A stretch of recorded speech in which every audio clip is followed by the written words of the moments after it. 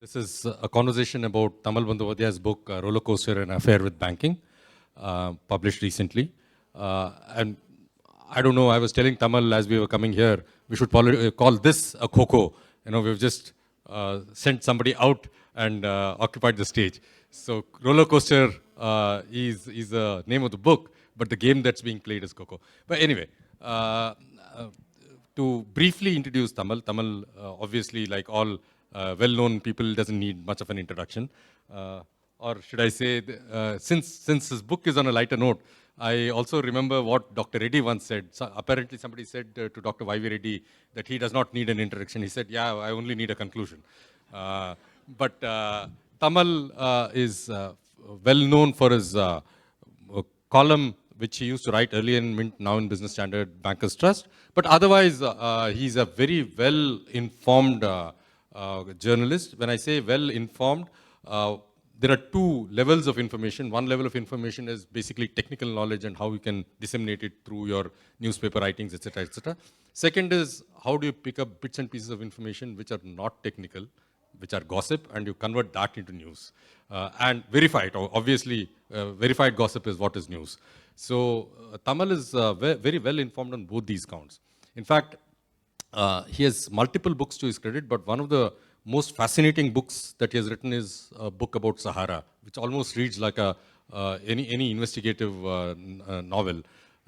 In fact, there's a big disclaimer on the book saying that this does not have the endorsement of Sahara. Obviously, it does not have the endorsement of Sahara, and it's a sort of an apology given to Sahara, saying that look, there are a whole lot of things which are possibly defamatory in nature, but that's there in the book. And you should not take it because the company does not endorse it or something like that. That disclaimer itself is an advertisement for the book. It looks like an apology, but it's actually an advertisement. So that's Tamal Bandyopadhyay for you. Tamal, let me start by asking, why did you write this roller coaster? I mean, before I ask this, I'll briefly mention what the book is about. When I read it, divide it into 4 parts, but each reader could divide it into as many parts as you need.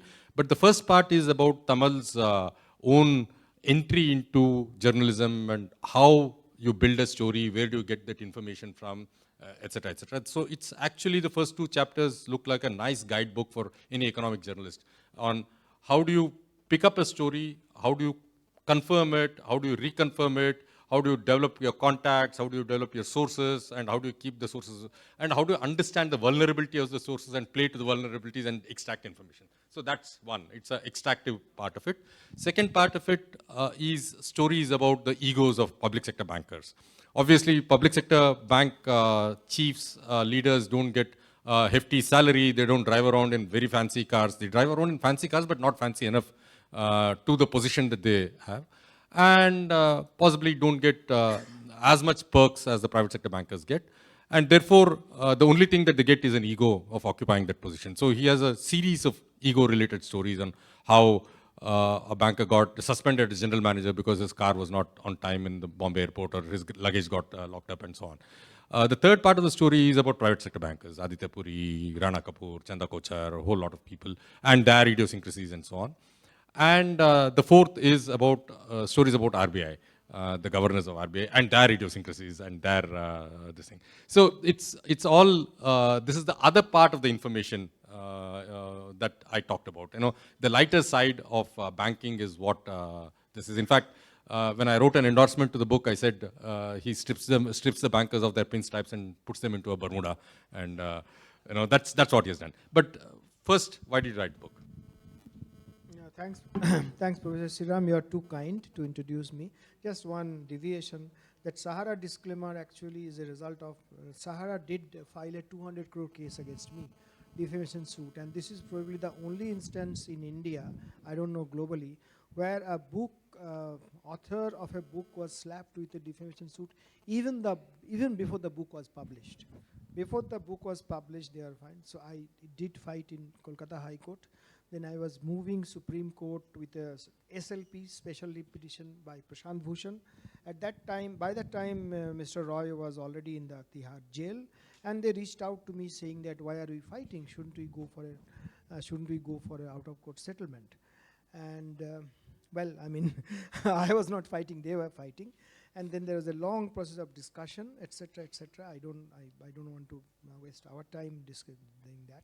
In fact, there's a book written on my fight with Sahara called Suda Messenger. Not only my fight, a few such cases. And then finally, we reached out of court settlement on the basis of the carrying the disclaimer, which actually become an advertisement for the book, because Sahara says we don't like the book, it's defamatory, etc., but we are allowing the author to go ahead with the book because we respect an author's freedom. So that's the case. Why did I write the book? It's my 7th book in 10 years. My first book was released by India's finance minister then. And my immediate previous book called Pandemonium, The Great Indian Banking Tragedy, was very intense, data-driven, research-driven. That's the first part of COVID. I invested in writing that book, and I was too tired. I mean, many sleepless nights. To put the book to bed, I spent. So I thought, let's do something interesting, something different, probably on psychology of bankers. So what you have dissected it into 4 pieces and all. That was not my intention at all. I did it just like a free flow, not about inflation, not about all this banking technology, terminology, SLR, CRR, LCR, but how are they, who drinks wine and who drinks whiskey, who does what kind of dancing, those are the kind of thing. And first part is, how did I get into this? I am a sort of ringside view of all of them, but I'm a student of English literature. I had nothing to do with economics and finance. So how did I get into the business of covering banking? A bit of autobiography, but that nothing about who is my father, what is my, nothing like that. It's just how I got into this. And there also, how does one with the stupidity kind of mind and no knowledge of banking and finance, how could you break stories? As you said, the second part is this. How do you play on the psychology, etc., etc. That's the introduction. And then 2 classes of bankers, public sector whose tenure is very small, so they cannot do an institutional building in the sense private bankers can do. But that doesn't mean that all private bankers are brutally honest and they do the job exactly the way it has been done. There are rogues among them also. And finally, the RBI governors, who does what? How the Subbarao did a lungi dance on his farewell, a la Shah Rukh Khan, and how Rangarajan was talking about idli on a walk on the Chinese wall, and desperate to have dosas there in Beijing. So those are the kind of stories. Okay, you claim in this book that you made R.K. Lakshman laugh. R.K. Lakshman, though, was a very delightful cartoonist, in person was a very serious and somewhat grumpy guy, right? So how did you make him laugh? I mean, why don't you tell us that story? Well, I joined Times of India as a trainee journalist. I did not know what is journalism all about. Clearly by accident I came, because I have both civil servant and teachers in my, professors in my family. So people say you need to be very different. So what do you do? Somebody said Times of India journalism is very tough, tougher than IAS, so you can teach a lesson to your brother. You look for it. I tried, and for whatever reason I got into there, and I'm a student of English literature. I came to Bombay without knowing anybody and all, but that's a separate story. I mean, if anybody is interested, can read the book. How we survived on vada pav and nimbu pani for. I would suggest you read the book even if you're not interested. You'll get interested. And then okay. I've plugged it in. Yeah. R.K. Lakshman story is this. I was a trainee and I was put in Sunday Review supplement of that with literature and book review and all kind of features. And Fatma Zakaria, wife of famous Muslim scholar Rafiq Zakaria, very close to Indira Gandhi. And mother of 2 Zakarias, who one of them is the probably best investment banker in the world, and one of them is the best journalist in the world. So these are the kind of, both of them are New York. One is Farid Zakaria, and the other person is, the journalist is Farid Zakaria, and the investment banker is what? I don't know. So she was like mothering me, Fatma, because I was sort of orphan in Bombay. So anyway, So Times of India, typically the Sunday Review, typically the cover story would have a Lakshman's cartoon. And my job used to go to, I was a trainee journalist, to go to Lakshman's cabin.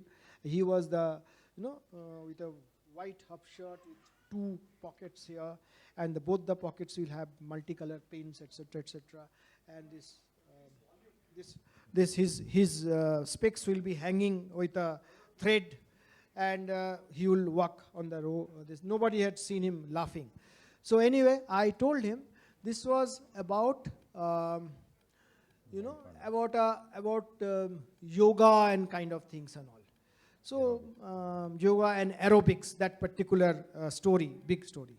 So Mr. Lakshman told me, go and you get me some photograph, because typically he would do a photograph. He will not copy the photograph, he will see and get some idea. So the librarian was a gentleman called Arun Tikekar, who became later the editor of Maharashtra Times. So Mr. Lakshman, in his own accent, told me that you go and get a photograph of Jain Panda. So I thought, I heard giant panda. So I thought, giant panda, what does it have to do with the aerobics? So I went to Mr. Tikekar and said, sir, get me some photographs of giant panda. He said, are you sure, Lakshman? I said, yeah, Mr. Lakshman asked me.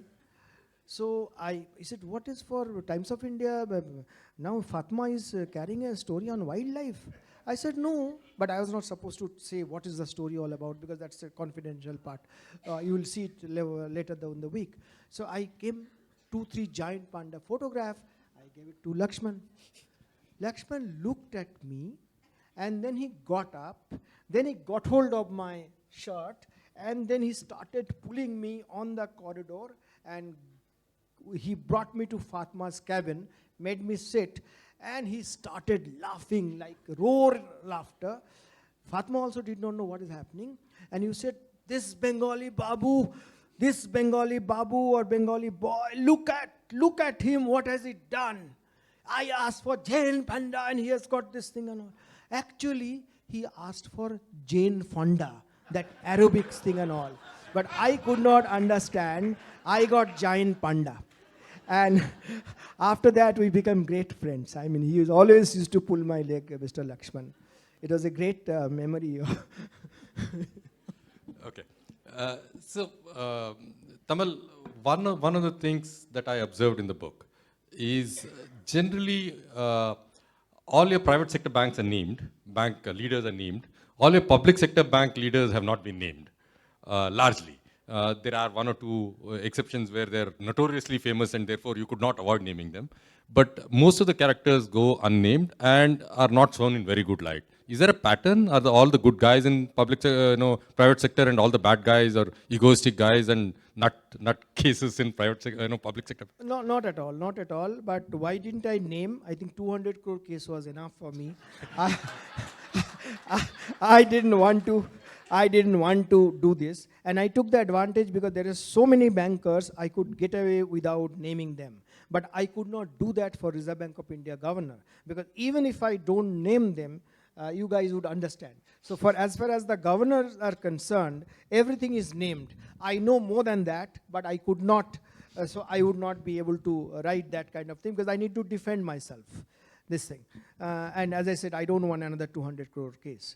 But as far as the bankers are concerned, I did not have any predetermined notion that I will show this entity in good light or that person in bad light, nothing like that.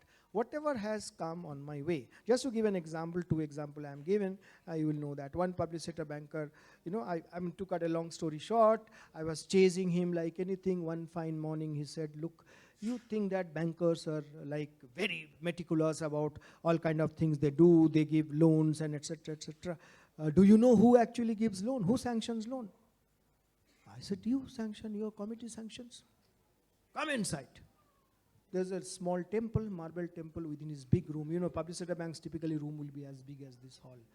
If not, but yes, I'm almost like that.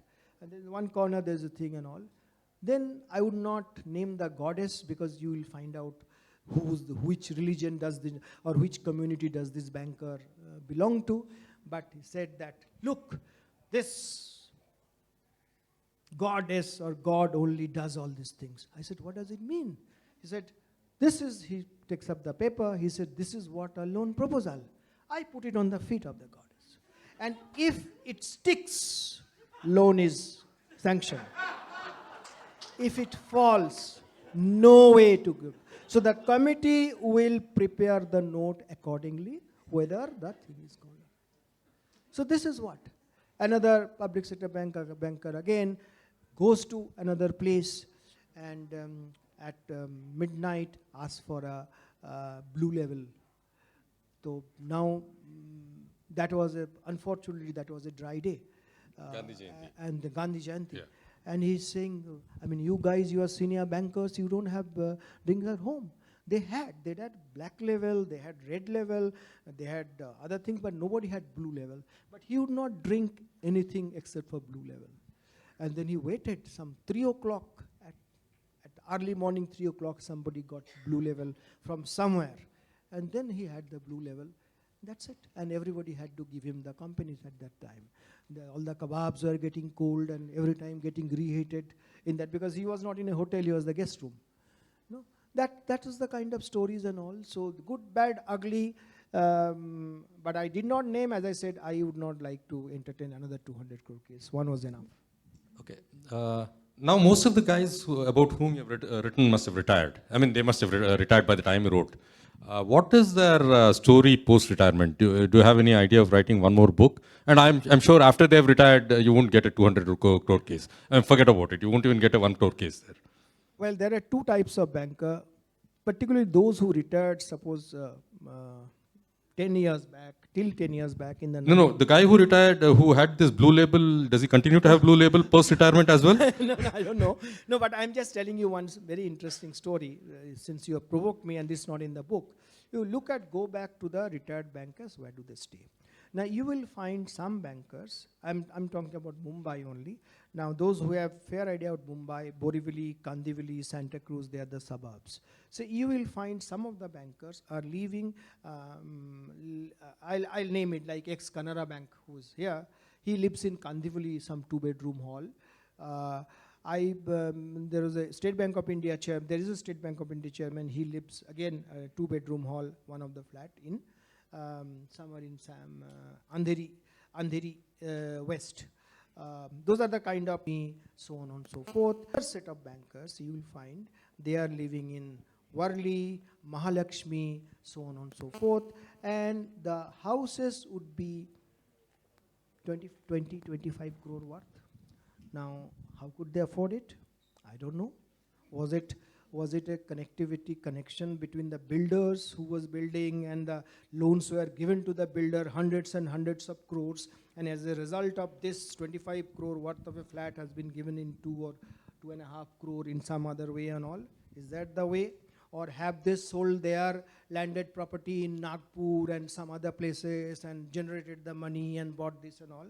I don't know. Do your own work. You will find which are the bankers live in places which is at least worth 15, 20, 25 crore, and which are the bankers live in distant suburbs. You will get your answer. Tamal, if you were not a journalist asking a question from the other side, you would have been a wonderful guy to give answers. You know, what was my question? And what's your answer?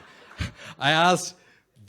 That particular person, I don't keep a tab with everyone. No, not that particular person, but generally, these guys who are, I don't think we are making a correlation between the guys who are egoistic and somewhat idiosyncratic with the guys who are corrupt possibly and not corrupt.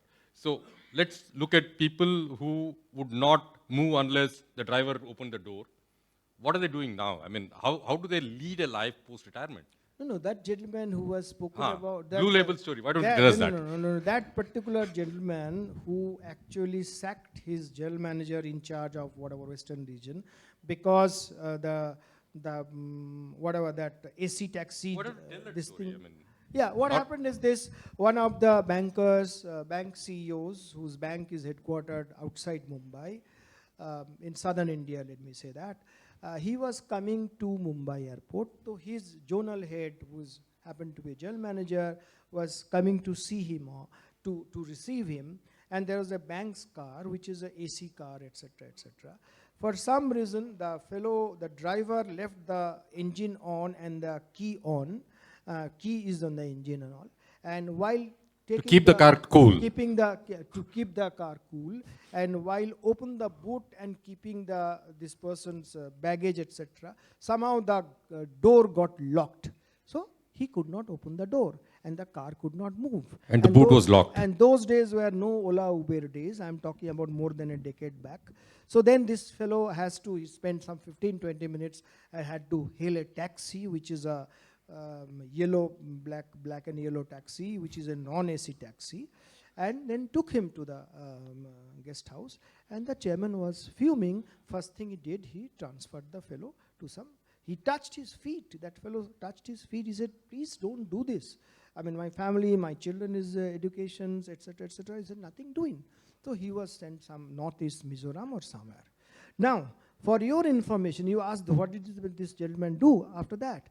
This gentleman was, after his bank tenure, he got much longer tenure in some other capacity given by government. Okay, very good. So he proved worthy of his... Okay, and Indian Express actually carried this story also. This particular incident was carried by Indian Express.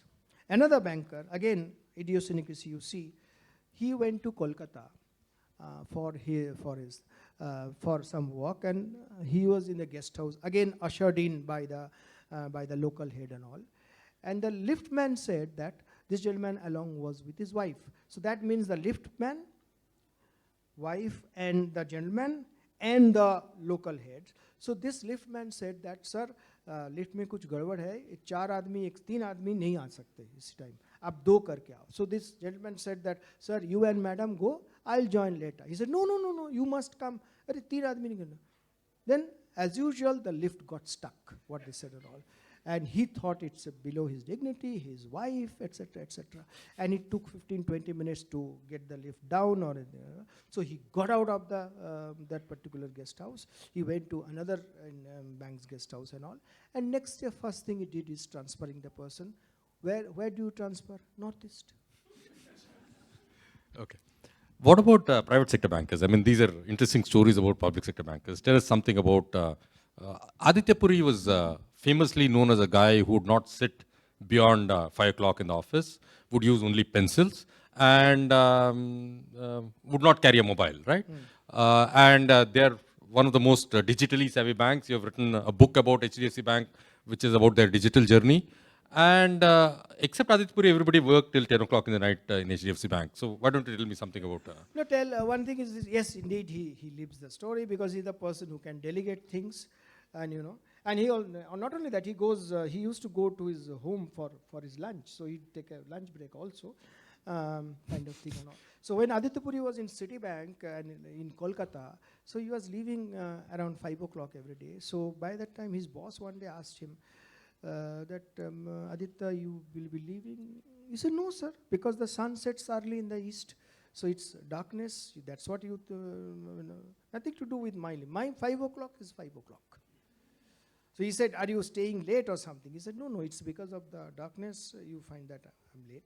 But 5 o'clock is 5 o'clock. That's it. So just to talk about Aditya Puri one day, he wanted, I mean, this must be a learning for each and everybody. He had a very, very serious heart issue called widow's curse. So morning he could not get up. His wife pressed his kind of thing, back and all, but he was not able to get up. So he got a taxi because the driver has not come as yet. It took him to hospital. It's called widow's curse. It's a very severe kind of thing. Some vein attack, vein got defrozen here and all. He would have died had it had been late and all. But anyway, so he had a hospital. He had a massive heart surgery by Dr. Hrishikesh Bhattacharya, arguably the best cardiac surgeon in Mumbai at the Breach Candy Hospital. So after a month, when he was leaving the hospital, he had to sign up the bill. Of course, the bill will be picked up by insurance agency or bank, and the bill was huge bill. So he asked Bhattacharya that, first time it stuck to him, that so much of money the doctors make. He said, "Who do you bank with?" So, while leaving. So Dr. Bhattacharya gave some other bank's name. He said, why not us? Why not HDFC Bank? He said, the DPNC Road HDFC Bank does not have any parking space. So before leaving the hospital, he called the next person, call up the HDFC Bank guy, branch manager. So he called up on mobile. Aditya said that, look, there's a one only parking space. I'm sorry, you have to find another place. We'll look for it. Don't worry on that. This space remains for customer. Okay? And then he visited Bhattacharya. He said, sir, your doctor, your parking space is booked. Can we have your account now? So they got the account now. Next 1 month or more, Aditya Puri was at home rest. But by the time he came back to office, India's medical fraternity, which was not touched by HDFC Bank, was all HDFC banks on deposit rolls. So it's hundreds and hundreds of crore. Okay. So even when he was a life-threatening kind of stuff, you know, the illness he gone through, even there also he sees opportunity. And then that's how a CEO does. Possibly I'll ask the last question. I mean, this is, yeah. 5 minutes, yeah. he said. Yeah, we are aware. I know that you'll throw us out, and we know that there's a cocoa happening here, so don't worry. So the last one I'll ask is about Dr. Reddy. Have you ever interviewed Dr. Reddy, and how do you find him as an interviewee? Is he as complicated as you as an interviewee here? No, Dr. Reddy is a... Because I've never seen him give a straight answer. He gives a funny answer, but never a straight answer. No, Dr. Reddy is a very different kind of person. I mean, I have tremendous respect for him. I'll be probably biased because in finance ministry they used to call him Gunda. But Gunda for a cause, you know.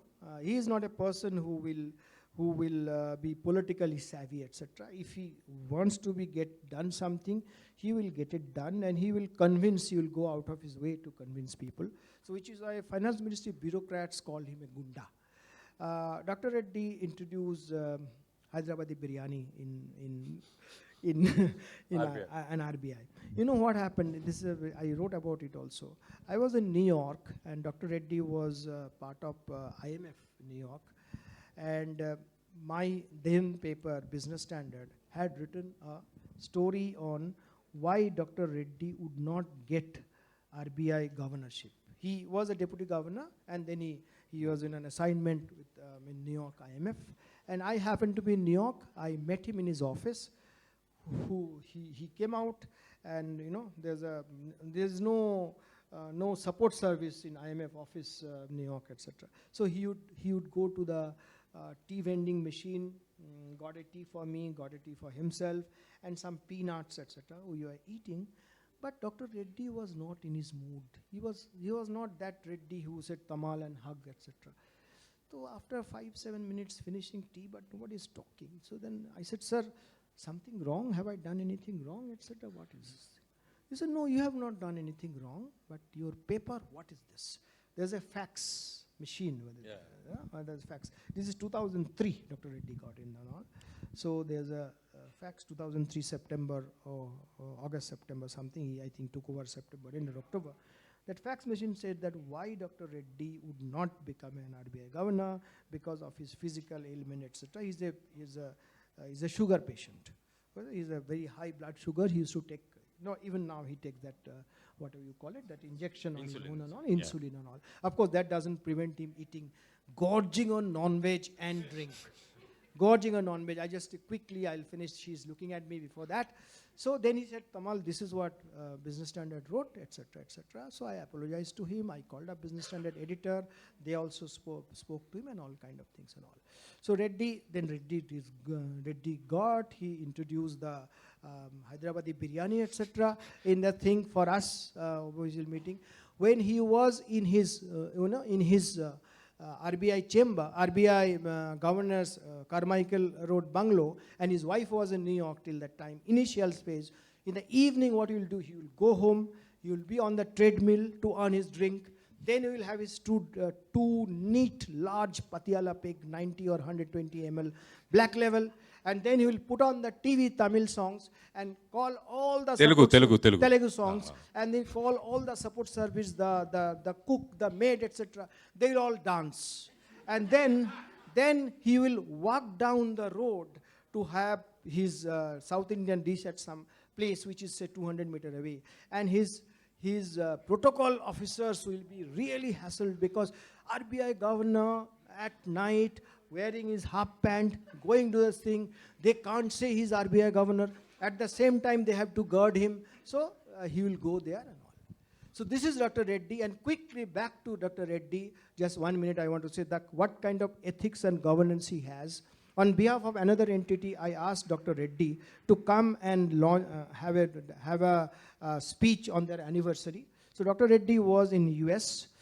1 month before, he said, Tamal, you please cancel my ticket. He initially said, you get somebody else because I cannot come in economy class. I have to come from US, etc. You have to book that ticket. I said, it's all done.